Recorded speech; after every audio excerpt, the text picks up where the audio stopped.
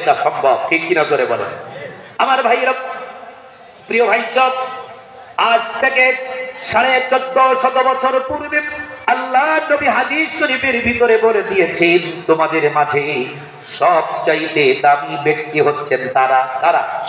খায়রুকুম মান তাআল্লামাল কুরআন ওয়া আল্লামাহু, যারা কোরআন শিক্ষা করেছে এবং অন্যকে শিক্ষা দেয়, তারা হচ্ছে সমাজের মাঝে সবচাইতে দামি মানুষ।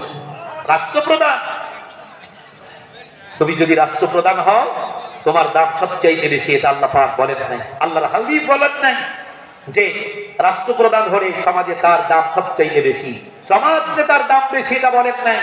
ইঞ্জিনিয়ার, ডাক্তার, এফসিপিএস হলে তার দাম বেশি, এটা বলেন নাই। আল্লাহ রাসূল বলেছেন, তোমাদের মাঝে সবচাইতে দামি লোক তারা যারা নিজেরা কোরআন পড়ে এবং অন্যকে পড়ায়। সুবহানাল্লাহ বলেন। এ কোরআন যাদের